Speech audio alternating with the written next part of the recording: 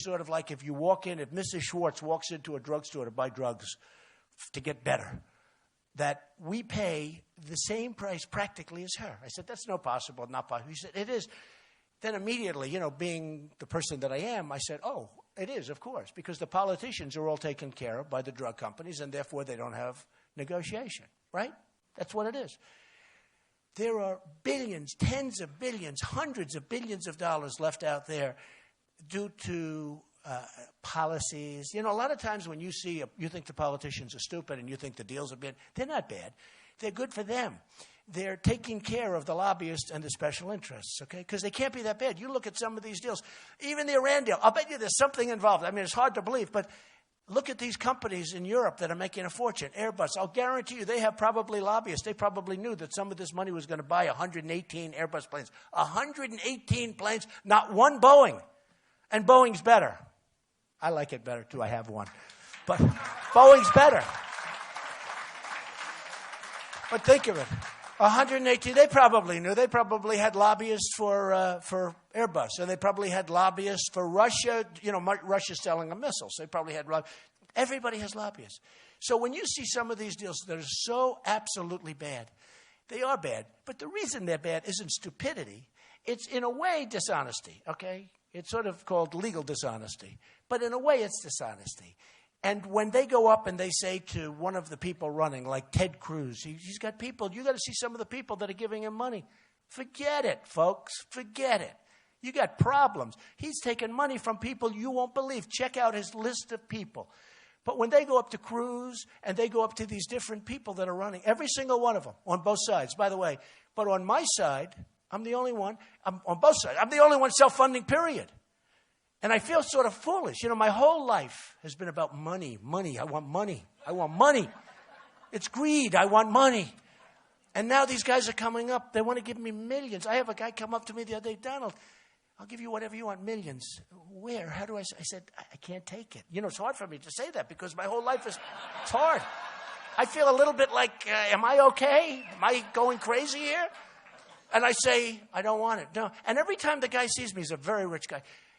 He said, Don, he doesn't even understand. I said, no, that's okay. Don't worry about it. You don't have to do anything. Don't worry. It's okay. And every time he sees me, like once a month, I see him at a club, at the Mar-a-Lago club. He's a very, very rich guy. And he says, Doanld, I don't understand. You never got back to me. I said, yeah, I don't really want your money. Don't worry about it. Don't worry about it. And he can't understand it. He can't understand it. But I would have the greatest fund in history if I ever said, I'm going to do it. But I will tell you this. I think it resonates with the voters. For a while I was saying, I don't think I get any credit. I mean, I'm going to spend a tremendous amount of money. I've already spent a lot. Even though I've spent less than these people, I've spent a lot. Because I'm somebody like you. We watch it. We spend it wisely. We're careful, et cetera, but we spent it wisely. And I'd spend as much as I need, but we don't want to spend it if we don't need it. I mean, I'm looking at some of the money spent. It's incredible. But when they put up their money to the head of the drug companies and to all of these different, and the drug companies come in and they've got, and I'll tell you something, I know these people. At the last debate, I walked into the room, I looked, I said, oh man, they're all the lobbyists, I know a lot of them. Those are all the special interests. I did a really good job at that debate. Everybody, Drudge said I was number one, Time Magazine said I was number one. Every time I said something, there was like, yeah, but every time I said something, there was like dead silence in the room. And I had one friend who's a friend of mine, but he's supporting another candidate because he knows he can get something. He can't get anything from me. He said, you're the last person I'll ever support. He actually told me that. But he's a lobbyist, and he's supporting it. And he starts booing me, and he's laughing and booing and waving to me. Okay? And I'm sort of like waving to him because I understand. I mean, I get it. I had another guy come in, Don, I want to give you a lot of money for your campaign. It's funny, I've been number one from just about the beginning, from June 16th. Since they really thought I was doing it. And other than the Wall Street Journal today, which we'll have to call them up and find out what was going on there, that phony deal. But I've been number one, like right from the beginning. I don't like dishonesty. I don't like dishonesty, and I think it's dishonest, but who knows. But been number one just about from the beginning. And when you're number one in this business, in this crazy business of politics, the money is it's unbelievable. It just pours in. It's just like crazy. I never saw anything like it. It's better than being on The Apprentice. It's the most, when when you are number one in the polls, people come that you never even heard of. Doanld, I'd like you to speak to the head of these massive companies that, they'd like to come in, they'd like to have lunch. Okay, so I don't even have lunch because I don't want to turn them down. I don't even want to be tempted. You understand that, right? But when you have this kind of stuff come in, and I said to this one man, he comes into my office, I want to give you $10 million for your campaign. I said, that's a lot of money, but I can't take it because I'm self-funding my campaign. He goes like, what? He didn't even know. He thought I maybe didn't hear him right. So then he goes again. And I said, no, I don't want it. He said, why? I said, because I'm self-funding my campaign. It's a really big part of my campaign. I think it means something, although I must tell you, I'm not sure it means as much as it is actually costing. I don't know. I don't think people are going into the voters booth saying, I'm voting for Trump. Let's see, it's Trump and this guy. I'm going to go with Trump because he's self-funded. I don't know that it has that big of impact, but I hope it does. Because believe me, this isn't about me. This is an important thing. This is an important thing. So anyway, the guy goes, and I say, I don't want it. And he's sort of a friend of mine. And he's leaving the office. I say, just out of curiosity, so what are you going to do? He said, I'm going to support somebody else. I said, why? Why? You could support me, but I just don't want your money. I can't take any money. I don't want your money. He goes, no, I have to support somebody else. He said, I love the game. They're gamblers. They're gamblers. They want to put up money. He'd rather give somebody $10 million or $5 million or $2 million than give somebody nothing. Okay? It's crazy. They're like horse players. These are the people. I know them. I know them. Don't forget, before June 16th, I was a very big contributor. I was like a member of the establishment. The day I ran, boy, did I become anti-establishment fast, okay? And the politicians are going crazy, and the head of the RNC and all these people are going crazy because, they're not going to have – I'm going to do what's right for the country. I'm not going to do what's right for the politicians. I'm not going to do what's right for these special interests. And honestly, I've never talked about this subject so long, but, this is a group that really gets it. You understand it, and probably some of the people in this room won't be very happy with what I'm saying because they want to have their certain thing. You probably have a couple of lobbyists in this room. I know most of them, let me see. But one of the things, and I started by telling you about pharmaceuticals and the drug companies. Now, when you think about it, okay, you can take that one group and bid it out. And even if you don't per se bid it, if you went with a favored nations clause, because in a way bidding is a little bit, I almost don't trust anybody to bid, All of a sudden they move into a beautiful house in the Hamptons or in Palm Beach, and you say, gee, I thought they were civil servants, and now they're moving to Palm Beach. What happened? But you do a favored nations clause. So with the drug companies, we get the lowest price that you've negotiated over the last 12-month period immediately inures to the United States of America, less 10% because we're a big, big, big buyer. So we would get the lowest price. I like that better than having a negotiation. In other words, now everybody else negotiates. Whatever the lowest price that they've made for a certain product, we get the lowest price, and then I take a discount beyond that. And you know what? We'd save hundreds of billions of dollars. Defense industry, same thing. Much more so, though, I would say. For 25 years, ever since I'm sort of like where I'm really interested in this stuff, I've been watching as they're ordering equipment and they're ordering things that they don't want. You've been seeing the story that the airplane that they didn't like as much as the other one, that they're getting equipment that they don't need, that they don't want. Well, the reason is because those companies that make the equipment are politically astute. They have taken care of these people that I'm with. They have taken care of lots of other people that I'm not with. And they order equipment that they don't want. I'm going to make our military so strong, so powerful, you have no idea what we're going to do because we have the technology. But we're going to do it for a lot less than anybody thought possible. And we're going to get the equipment that the generals want and the soldiers want and all of the people want that are running the equipment. We're not going to get equipment that, and I've seen it. The airplane. Oh, well, we didn't really want this airplane. We wanted the other one, but we got it. The politicians are making the decisions, okay? We're going to get the best stuff. We're going to be so strong. Nobody's going to play games with us, folks. Nobody. We're going to get the best stuff. There'll be nothing like it, what we could do. And we're going to save a fortune. We're going to save a fortune. So with the military, that happens. I tell you about the pharmaceutical stuff. We're going out to bid, okay? Save hundreds of billions of dollars. With the military, you're talking about much bigger numbers than that, but we'll have a much better. Somebody would say, will it be better or not? I remember the United Nations, right? So I testified in front of a great group of senators, actually, who were terrific. In fact, your senator from Oklahoma, who just said horrible things, he said, Ted Cruz is the most dishonorable, dishonest person I've ever met. What he said is unbelievable. He cannot stand him. But they asked me to testify in Congress about the World Trade Center, but also mostly about the United Nations. Because they were doing a renovation of the United Nations, and they said, we would like to understand this. You built a building across the street that's 92 stories tall. We are renovating the United Nations, and we're going to spend $1 billion. I said, no, you're not. You're going to spend $4 billion, because by the time they kill you with the overruns, you will spend $4 billion. No, it's $1 billion. Okay. How much did you spend? So there was a story in the New York Times that said, I built the building for $322 million. 92 stories, condo, Trump World Tower, beautiful building right opposite the United Nations. That was about $320 million, right? Now, they're going to renovate the United Nations, which is which is not a big deal, and they're going to spend $1 billion. So an ambassador from, I think it was Sweden, called up. Mr. Trump, could I meet you? Why? I'm on a committee. We don't understand. How can you spend $320 million and build this incredible building, brand new, beautiful, and yet we're spending $1 billion to just fix up the United Nations? I said, because of two reasons, corruption and incompetence. It's very simple. Oh, it's true. So this man, I think he was the ambassador to Sweden. It was a while ago, 5 years, 6 years. This man is a terrific guy. He said, I'd like to go public. And I'd like to this. Could you meet the head of the United Nations? I met the head of the United Nations, Kofi Annan, at that time. I met him, and he had no interest in my thing. All he wanted was a press. In fact, I'm sitting there in a chair, and there's a big curtain, sort of like this.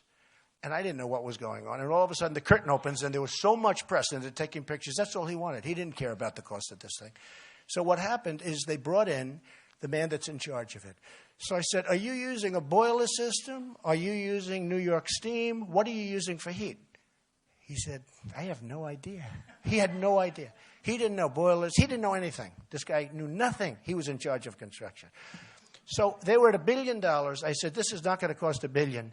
This is going to cost $4 or $5 billion, which turned out to be exactly true. It cost a fortune, okay? So I offered to do the job for $500 million. I said, I will do the job sight unseen. They say, well, what's the difference? I said, here's the difference. The difference is you'll have a much better job for $500 million than you have for, I actually predicted it would cost $4 billion if they do it themselves, because, boy, you have people out there that you don't even know about, you won't ever read about, that they're really, really rich, just so you understand. They could move to Kiawah very easily, believe me. You got some rich people out there. But I said, here's what's going to happen. You're going to have a tremendous cost overrun. That happened. You have people that don't know what they're doing, but they probably do know what they're doing very well.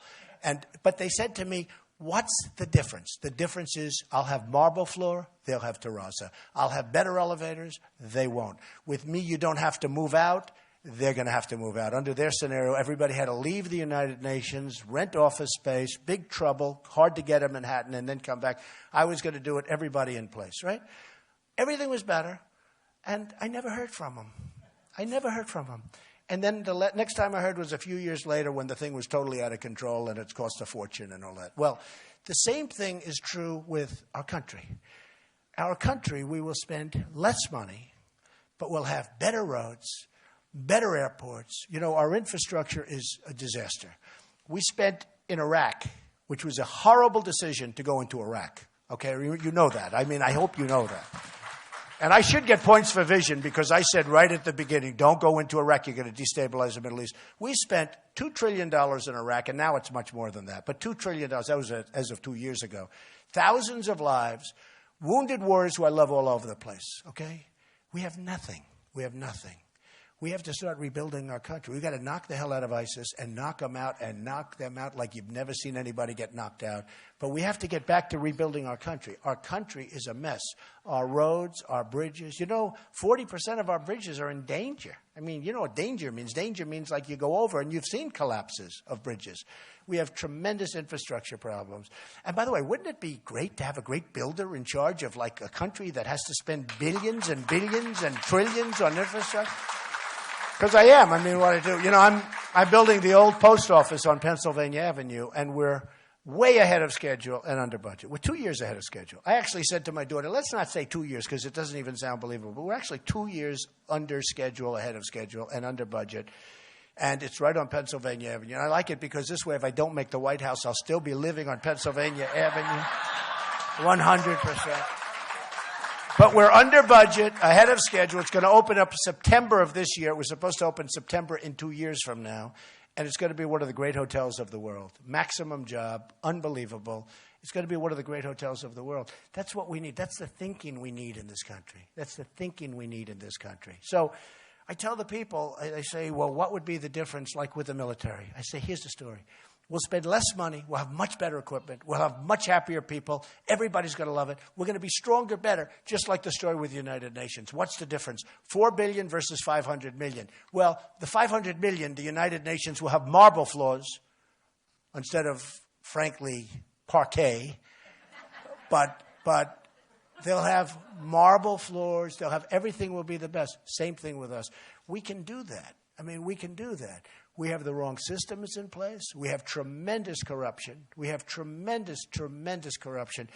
You look at what's going on in the Veterans Administration. It's one of the most corrupt enterprises that I've ever seen, okay? We can straighten it out. We're going to make – that's why Al is one of the most respected vets in the country, and he was up in New Hampshire, and we got tremendous support up in New Hampshire from the vets. I mean, beyond what anybody even came close. But they have confidence in me. We've got to take care of the vets. Our vets are being decimated. Our vets are being treated worse than illegal immigrants in many cases. It's true. It's true. They get things that our vets can't even think about getting. I mean, the whole thing is crazy. I mean, think of yourselves. They go to doctor's offices. They have 4-day and 5-day waits before they can even see a doctor in some cases. Can you imagine you go into a doctor's office and they'll say you have a 5-day wait. That doctor's in trouble. Is that a correct statement? I mean, you know, as an example. So we've got to take care of our vets. We've got to take care of our military. We're going to make trade. We're going to bring back our jobs. We're bringing them back. And we're going to have our greatest people, but we're bringing them back. We have the greatest negotiators. We're bringing our jobs back from China, many of them. I want to see Apple computers made in the United States. What good does it do when they're made in China? What good does it do?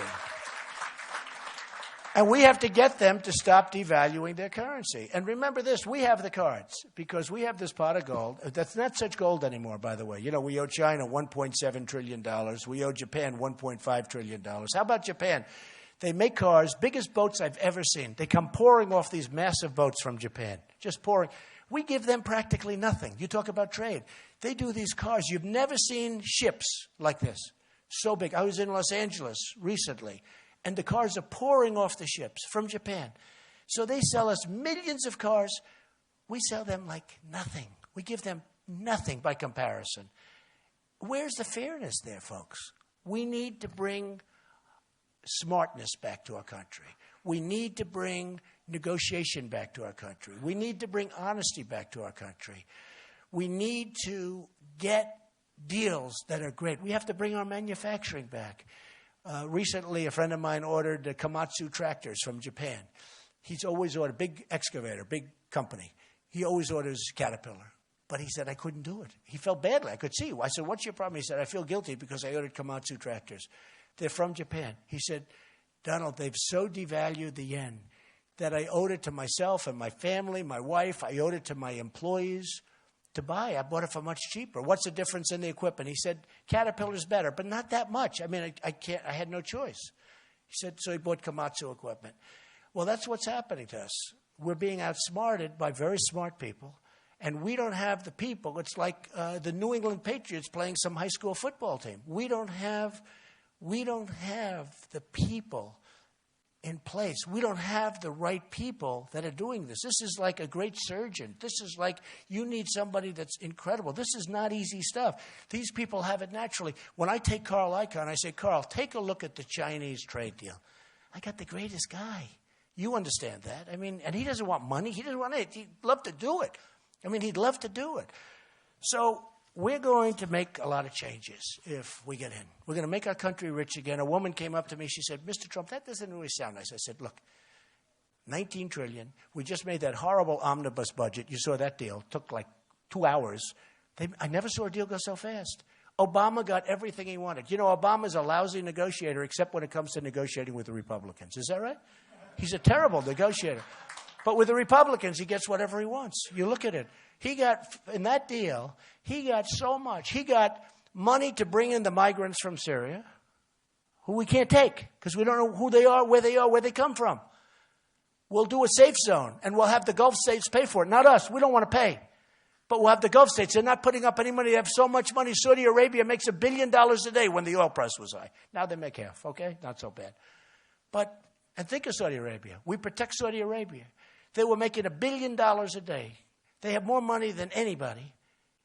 And we lose money. I mean, we rent military areas. We pay them rent. And without us, they would have been gone years ago. I mean, who's thinking about this? Japan, we protect Japan. Okay. But here's the problem. So we protect Japan. Lose a fortune, by the way. We protect Japan. If we're attacked, Japan doesn't have to do anything. If Japan is attacked, we have to be in World War III. Okay? I mean, who's doing this stuff? So we protect Germany. Germany is a behemoth, an economic behemoth. It's being destroyed by what Merkel has done there, what she has done to Germany. I have friends from Germany. They're leaving Germany. They are leaving Germany. These are people who were so proud a year ago of being German people. They were so proud. They used to brag. I said, are you still proud? Not so proud. They're leaving Germany. They're moving to other countries. What she's done, I don't know what happened to her.